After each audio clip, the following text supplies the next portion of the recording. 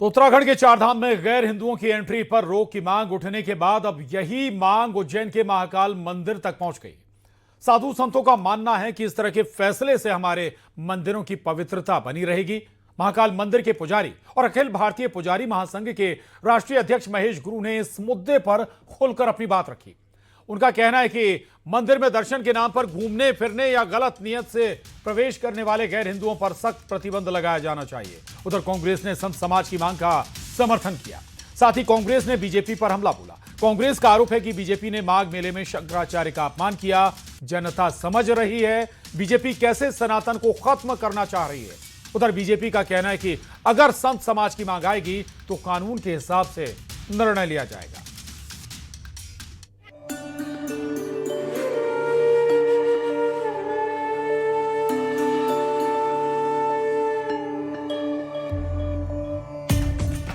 देवभूमि उत्तराखंड से उठी मांग अब देश के कोने कोने तक उठ रही है। प्रमुख मंदिरों में गैर हिंदुओं की एंट्री पर रोक लगाने को लेकर पूरे देश में चर्चा तेज हो गई है। उत्तराखंड के गंगोत्री धाम में गैर हिंदुओं के प्रवेश पर प्रतिबंध की खबर सामने आने के बाद देश भर के 12 ज्योतिर्लिंगों में भी इसी तरह की व्यवस्था लागू करने की मांग उठ रही है। केदारनाथ, बद्रीनारायण, चारों धाम पर गैर हिंदुओं की जो एंट्री बंद करने की जो बात की है, तो वहाँ निश्चित तौर पे ऐसा कुछ हुआ होगा जिसके लिए ये कदम उठाना पड़ रहा है। ऐसा ही अन्य मंदिरों में भी यदि केवल हिंदू सनातन की परंपरा को मानते हुए कोई आता है और वहाँ की पूरी परंपरा का निर्वाह करता है तो अनुचित नहीं है, लेकिन यहाँ आकर वो उसका दुरुपयोग करता है तो बिल्कुल हिंदू समाज ये भी यहाँ भी चाहेगा कि महाकाल मंदिर हो या 12 ज्योतिर्लिंग हो, सभी में है तो ऐसा प्रतिबंध होना चाहिए। संगठन इस मुद्दे को और तेज करते हुए महाकाल मंदिर के साथ साथ काल भैरव, मंगलनाथ और सांदीपनी आश्रम जैसे प्रमुख मंदिरों में भी गैर हिंदुओं के प्रवेश को प्रतिबंधित करने की मांग कर रहे हैं। वो कोई गैर हिंदू हैं, हमारा कोई विरोध नहीं है कि वो मंदिर महाकाल मंदिर के दर्शन ना करें, पर वो अकेले आ रहे हैं और हिंदू महिलाओं को लेकर आ रहे हैं, जो कि एक बहुत बड़ा कृत्य है, क्योंकि वो बहला फुसला कर महिलाओं को दर्शन करा रहे हैं कि इमोशनल अत्याचार कर लव जिहाद का षड्यंत्र उनके ऊपर। बता दें, उत्तराखंड के प्रमुख मंदिरों में गैर हिंदुओं की एंट्री बैन करने के लिए तैयारी चल रही है। तो इधर मध्य प्रदेश में भी इस मुद्दे ने तुल पकड़ना तेज कर दिया है। सरकार ने सदैव संविधान सम्मत ढंग से निर्णय लिए हैं और इस प्रकार के निर्णय लेने का अधिकार सरकार के पास है। बाकी समाज जन जो उस धर्म के धर्मावलंबी हैं अपने अपने तरीके से सरकार के समक्ष मांगे रखते हैं। सरकार जो विधि अनुकूल होता है उस पर निर्णय लेने का काम करती है। उसको सरकार को सुनना चाहिए और अगर नहीं सुन रही है तो पूरे देश के साधु संत और सभी लोग करारा जवाब भारतीय जनता पार्टी को जरूर देंगे। जिसके बाद अब देखना होगा कि आने वाले दिनों में क्या देश के प्रमुख मंदिरों में गैर हिंदुओं की एंट्री पर रोक लगेगी।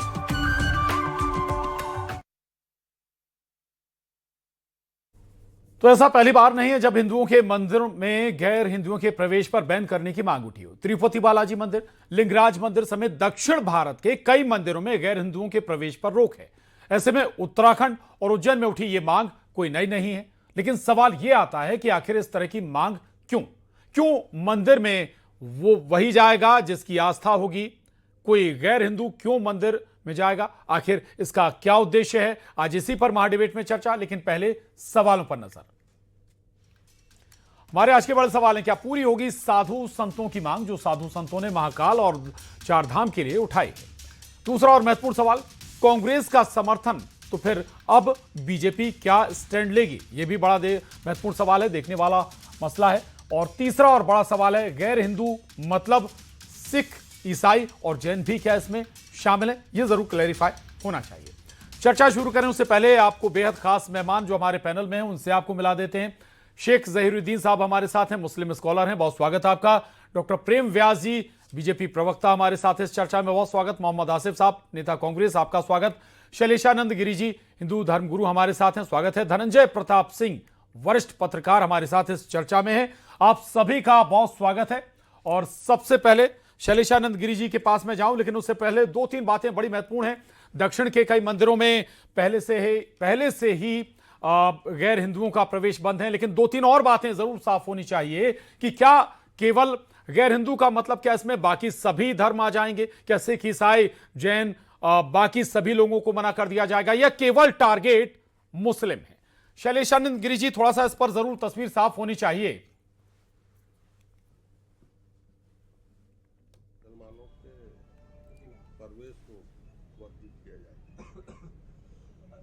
जी, आपकी आवाज साफ नहीं आ रही। जी जी आ रही है जी जी। तो मेरा कहना है कि सामाजिक सौहार्द बना रहे, जी। इसलिए परस्पर एक दूसरे की धार्मिक भावना का हमें सम्मान करना है और एक दूसरे के धर्म के अंदर हस्तक्षेप वाले रवैये से अपने आप को बचा के चलना है। जी तो यदि हिंदू मंदिरों के अंदर गैर हिंदुओं को यदि रोक दिया जाता है, कोई बुराई नहीं है। देखिएगा, आकर्षण होता है। आज यदि कोई व्यक्ति को परस्पर अन्य धर्म के प्रति कुछ जानने का है तो उसका एक अलग केंद्र होता है जहां पर उसका साहित्य, उसके बारे में ज्ञान विज्ञान, वो सब का प्रचार होता है, वहां जाकर को प्राप्त कर सकता है। किंतु जो केंद्रित क्षेत्र है, जैसे मंदिर का जो अंदर का क्षेत्र है, वो बड़ा पवित्र है, उसकी परंपरा अलग है। उस परंपरा के अंदर जो रह रहा है, उसका जो पालन करते हैं वो उस धर्म का व्यक्ति है, उसी की अनुमति होनी चाहिए। अन्यथा अन्य धर्मों के वहां पर अनुमति देने से क्या होगा, क्लेश का निर्धारण होता है, मतलब कहीं ना कहीं टकराव की स्थिति बनती है।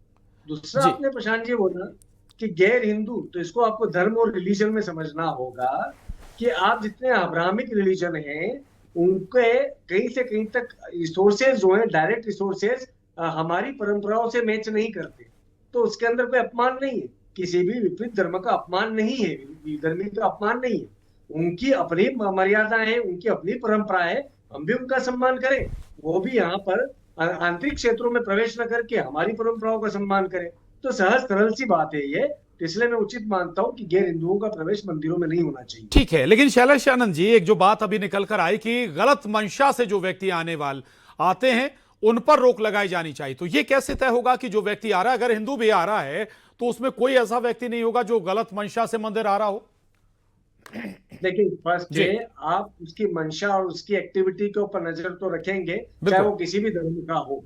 किंतु अभी उदाहरण के तौर पे ऐसे कई केस आ गए कि कोई विधर्मी है, उसने गलत मंशा के साथ में आए और पकड़ने पर उसके जवाब हमने सुने तो हम हतप्रभ रह गए कि ये कहाँ से जहर आ रहा है। तो हम इस जहर को रोकने के लिए बात कर रहे हैं कि सबसे पहले स्क्रूटनी करें, फिल्ट्रेशन करें और तत्पश्चात हम हमारा एक नियमन करें जो कि भारतीय वैदिक वाङ्मय के अनुरूप हो। तो हमारे मंदिरों में तो कम से कम उस नियमन को लागू रहने दें हम। ठीक है, चलिए मैं लौटूंगा आपके पास, और हमारे साथ शेख ज़हीरुद्दीन साहब भी बने हुए हैं। शेख ज़हीरुद्दीन साहब, बहुत सारी दरगाहें हैं जहां औलिया हैं, जहां पर चलिए शेख ज़हीरुद्दीन साहब शायद हमसे अभी नहीं जुड़े हैं, उनके पास हम जाएंगे। मोहम्मद आसिफ साहब, आप तक आवाज पहुंच रही है?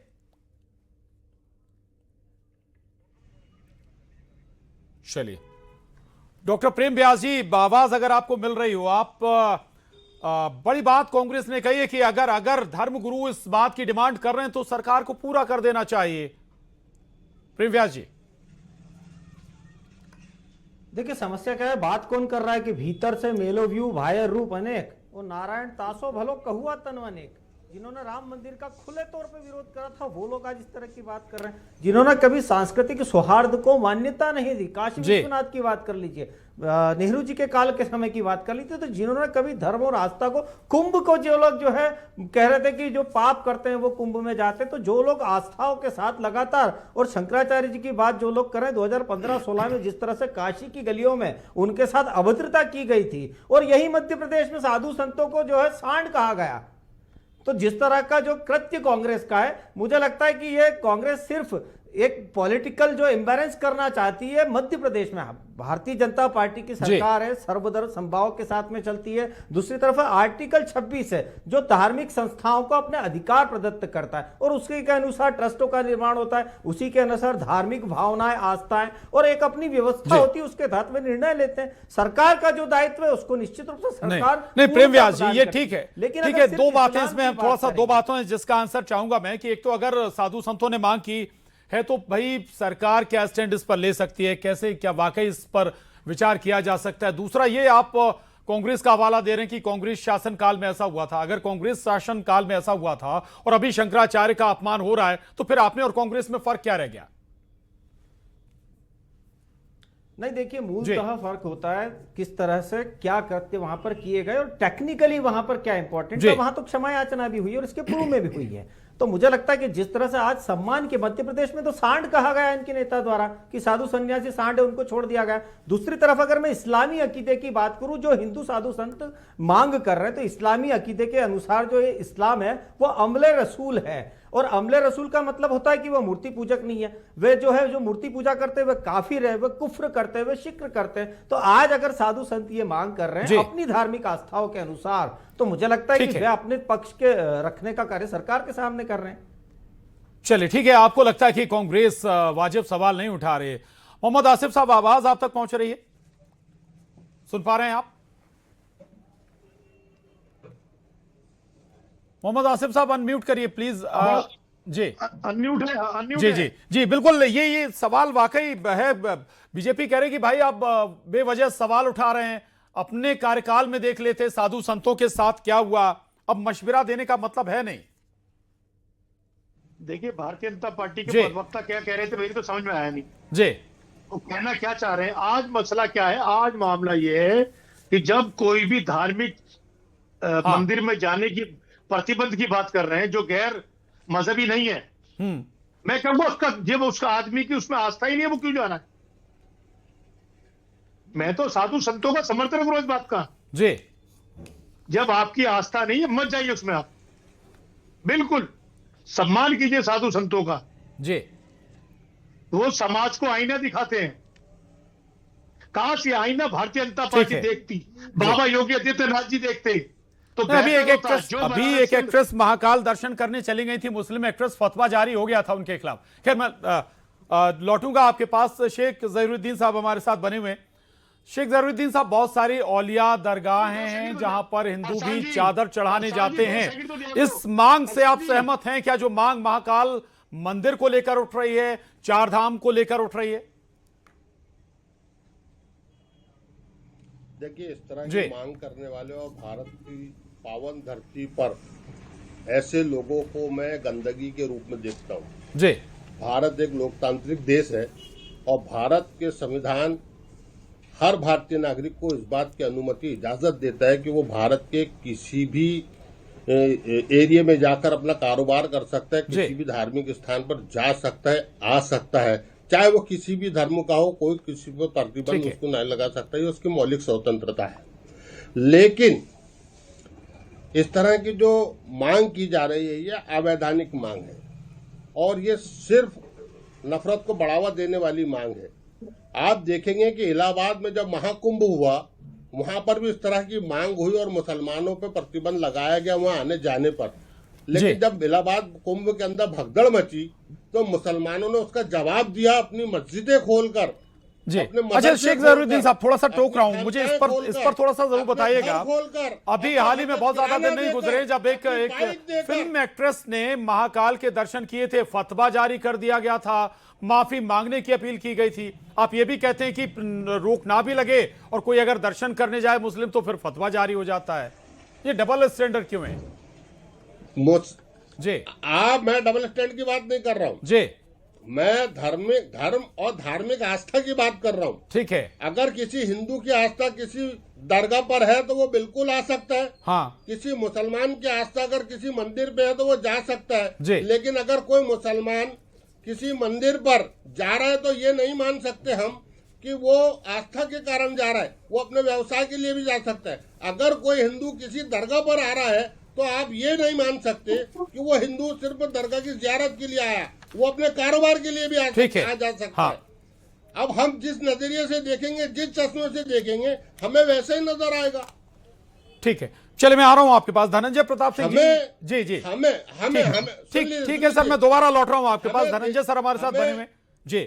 धनंजय प्रताप सिंह जी, ये तो बड़ा टेक्निकल मामला फंस जाएगा भाई। महाकाल दर्शन करने विदेशों से भी लोग आते हैं। अब जरूरी नहीं कि जो विदेश से कोई सैलानी आ रहा है तो वो धार्मिक आस्था के साथ ही आ रहा हो।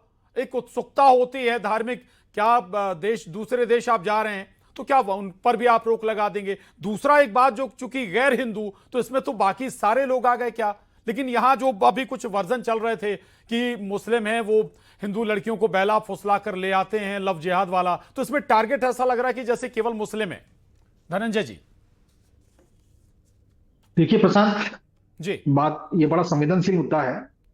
लेकिन ये विचार किया जाना चाहिए कि क्या किसी मंदिर में गैर हिंदू के प्रवेश को कानून से रोका जा सकता है? जी भाई देखिए, मेरी आस्था जहां है मैं वहां जाऊंगा। बिल्कुल। भाई मैं मक्का मदीना नहीं जाऊंगा, मैं अपने तीर्थ स्थल जाऊंगा। शेख साहब सही कह रहे थे।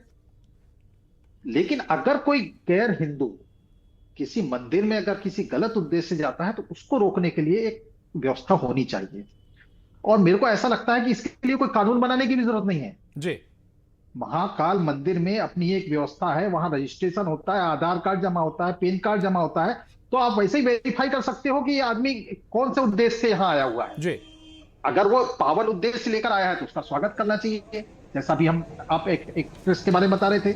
और मैं प्रशांत आपको ये बताना चाहूंगा कि देखिए, जो केवल महाकाल के भक्तों में सनातनियों का नाम नहीं है, कई गैर सनातनी को जानता हूं मैं जिनकी आस्था महाकाल के प्रति है। जी मैं तो एक ऐसे आईएएस अधिकारी का नाम बता सकता हूं जो सिंहस्थ में काम कराते थे और वो रोज बाबा महाकाल के दर्शन करते थे और सिंहस्थ उन्होंने एक पैसे की रिश्वत नहीं ली और उन्होंने मुझे बताया कि मैं बाबा महाकाल का भक्त हूं, यहाँ भ्रष्टाचार का पैसा नहीं कमाऊंगा। ये सोचिए लोगों की आस्था होती है। जी तो हमको एक ऐसी व्यवस्था बनाना चाहिए, भले वो सामंजस्य बने, ठीक, कि कोई भी ऐसा व्यक्ति जिसकी आस्था बाबा महाकाल के प्रति नहीं है वो उस मंदिर में प्रवेश ना कर पाए। अब आप इसको कैसे रोक सकते हो, इस बारे में विचार करना चाहिए। ना तो इसमें भाजपा कुछ कर सकती है, ना कांग्रेस कुछ कर सकती है। एक समन्वय की बात है, सामंजस्य की बात है। और मुझे लगता है कि हर मंदिर का अपना ट्रस्ट है और वो ट्रस्ट ऐसी व्यवस्था करने में स्वयं सक्षम है। हम दक्षिण के मंदिरों में देखो, कई मंदिरों में ऐसी व्यवस्था है कि वहां आप सिर्फ धोती पहन करके जा सकते हैं, तो बिना धोती पहने वहां कोई आदमी का प्रवेश मिलता नहीं है।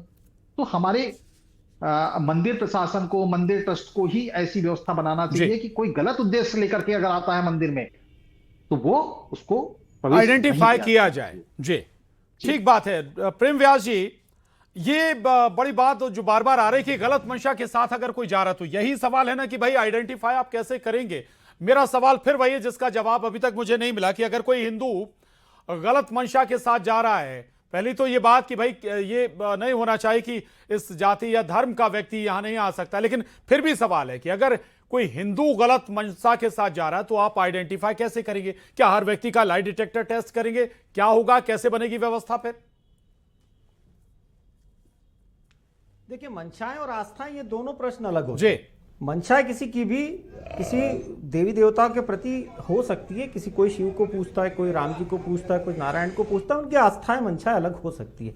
लेकिन अगर एक मंशा ऐसी होती कि जहां पे मूर्ति पूजकों को जो है वो काफिर माना जाएगा, मूर्ति पूजा जो करने वाले उनको कुफ्र कहा जाएगा, शिर्क कहा जाएगा और कहा जाएगा इस्लाम अमले रसूल है और हमारे रसूल ने कहा है कि मूर्ति पूजा नहीं होना चाहिए, तो समस्या उन लोगों से, इन जो धार्मिक विचार के लोग हैं उन्होंने करी है। तो मुझे लगता है कि दोनों धर्माचार्यों अभी धनंजय जी ने कहा कि बहुत सारे उनके मित्र हैं जो इस्लाम धर्म से हैं, वो बाबा महाकाल के भक्त हैं। तो भाई यहां तो बात बदल गई ना प्रेम व्यास जी। जी बिल्कुल। मैं एक और चीज बता देता हूं, इसी में जोड़ देता हूं। दारा मुराद शुजा, इनकी तरफ से एक वो शायद शुजा ने लिखी थी चक्रवक रामायण, उसमें लिखा था रुखसत हुए बाप से वो लेकर खुदा का नाम, राहे वफा की मंजिलें अव्वल हुई तमाम। हमने डॉक्टर एपीजे अब्दुल कलाम को भी स्वीकार करा, हमने उनको भी स्वीकार करा। तो निश्चित रूप से सरकार का दायित्व समभाव के साथ में कार्य करे, हम उसको कर रहे हैं। लेकिन वो तो संविधान ताकत देता है, वो तो संविधान हर धर्म जाति के लोग कोई भी किसी भी पोजीशन पर पहुंच सकता है। जी, यहां बात हो रही मंदिर में गैर हिंदुओं के प्रवेश की मांग की। सर चलिए मोहम्मद आसिफ साहब के पास जाऊंगा मैं। इसीलिए मैंने कहा कि हर ठीक है मोहम्मद आसिफ साहब, ये मांग पहले भी इस तरह की उठती रही, चूंकि दक्षिण भारत में कई मंदिरों में ऐसी व्यवस्था है भी, इसीलिए अब चारधाम में भी ये व्यवस्था मांगी गई, महाकाल में भी ये व्यवस्था मांगी गई। तो इस व्यवस्था से क्या वाकई ऐसा नहीं होगा कि और भेद बढ़ जाएंगे? बजाय ये होता कि आप ऐसे लोगों को आइडेंटिफाई करें चाहिए जो वाकई गलत मंशा से जा रहे हैं, उन्हें रोकें आप। देखिए, महंतों के गुरुओं की जो मानसा है बिल्कुल साफ सुथरी होती है जी। वो धर्म के प्रचारक होते हैं, भारतीय जनता पार्टी की तरह दोहरा चरित्र लेकर नहीं बैठते। वो बात करते हैं किस तरीके से आचार्य जी के साथ व्यवहार किया, ये बताने की जरूरत नहीं है। वो भी वहां के मुख्यमंत्री जो अपने आप को संत कहते हैं, उन्होंने आज तक माफी नहीं मांगी। वही उत्तर प्रदेश देश के अंदर, दुनिया के, हिंदुस्तान के अंदर पहले नंबर पर कारोबारी हो गया। वो इनकी आस्था चली कहाँ जाती है? भारतीय जनता पार्टी की आस्था सिर्फ वोट की राजनीति पे टिकी हुई है, इसके बाहर इनकी कोई आस्था पे विश्वास नहीं है। अगर आस्था पे विश्वास होता, आचार्य जी के साथ जो दुर्विचार किया, जिस तरीके केसों को पकड़कर इन्होंने वहां प्रशासन ने जो हटगर्दी की है, ये ऐसा आपने कहीं नहीं देखा होगा। ये आपको मिलेगा ढोंगी आपको पता है नेताओं की, और वो भारतीय जनता पार्टी के आपको पता है उसके बारे में माघ मेले की व्यवस्था का आप एक बार बता दीजिए। तो कुंभ के मेले की क्या व्यवस्था होती है? वहां पे वीआईपी दर्शन होते नहीं होते? कानून का अपना पक्ष है, पर मुझे लगता है जिस पक्ष की जानकारी ना हो उस पक्ष में उद्बोधन नहीं देना चाहिए। आप बात करिए कि क्यों अशरफ जो है वो उच्च कुल के कहलाते हैं, क्यों दूसरे लोगों को अशरफ कुल वाले अपनी मस्जिदों में आने नहीं देते, क्यों मस्जिदों में जो है कब्रगाहों में उनको अपनी दफनाने की इजाजत नहीं दी जिसकी जाती? आस्था नहीं है वो ना जाए, लेकिन जिन लोगों की आस्था है गौ माता के अंदर, वहीं का मुख्यमंत्री उसी स्टेट से आप हिंदुस्तान में पहले नंबर में बीफ के कारोबारी बन गए। वो आस्था कहाँ चली गई आपकी? उस उत्तर प्रदेश की आस्था कहाँ खत्म हो गई? झूठ है ये, बिल्कुल सरासर झूठ है। मुझे बताइए कौन से बीफ कारोबारी जो हिंदू धर्म से संबंधित है? आज दुनिया के अंदर दूसरे नहीं बताइए ना, कोट करिए नाम। नाम खुल के हो गए। आज हिंदुस्तान बीफ के अंदर मैं आपको ठीक है, दसों ठीक है, कारोबारियों के प्रिंद्याजी, नाम लिस्ट मोहम्मद आसिफ साहब, भेज दूंगा आपके ठीक। साथ। उसी सरकार की शैलेशानंद गिरी जी, सनातनी कहती है। शैलेशानंद उसी गिरी की जी से मेरा सवाल है। शैलेशानंद गिरी जी, विदेशी भी आ सकते हैं दर्शन करने, दूसरे धर्म के लोग भी आ सकते हैं, हम ये कैसे तय कर लें कि हर जो दूसरे धर्म से आया हुआ है, विदेशी है, उसकी मंशा अच्छी नहीं है, उसके दिल में कोई चोर है? भाई हो सकता है मैं आस्था ना रखता हूं, लेकिन जब मंदिर जाऊंगा हो सकता है मैं कुछ और, मेरी जिज्ञासा हो, जानने की समझने की, जरूरी नहीं कि मेरी मंशा खराब हो। शैलेशानंद जी, मैं निरंतर रूप से आपके और अन्य चैनलों के माध्यम से कहता हूँ जी। कि जो भी तीन प्रक्रिया होती है उनके तीन दृष्टिकोण होते हैं, पर्यटन, देशाटन और तीर्थाटन जी। तो मैंने ये कहा था कि जैसे विदेशी आते हैं, मेरे आश्रम में पता नहीं कितने जाति धर्म के लोग आकर के रहते हैं, बिल्कुल, किंतु जब वो यज्ञ और हवन की बारी आती है तो उनकी एक अपने आप एक शुद्धिकरण प्रक्रिया होती है, जिसे कह सकते हैं कि उन्हें उसी शुचिता के साथ, उसी परंपरा के साथ में अपने अंदर उसको आत्मसात करना पड़ता है। तो जैसे अभी बताया था महोदय ने कि वो धोती बांध करके अंदर जाना, या फिर उस समय पे हमारा मांसाहार न होना, उदाहरण के तौर पे कई मंदिरों में। तो मैं ये कहता हूँ कि जो गर्भगृह के क्षेत्र होते हैं, यानी केंद्रित सेंटर जो होता है, उस जगह के ऊपर उस परंपरा के पालन करता को ही जाने दिया जाए, बाकी जगह पर उस धर्म से आकर्षण है।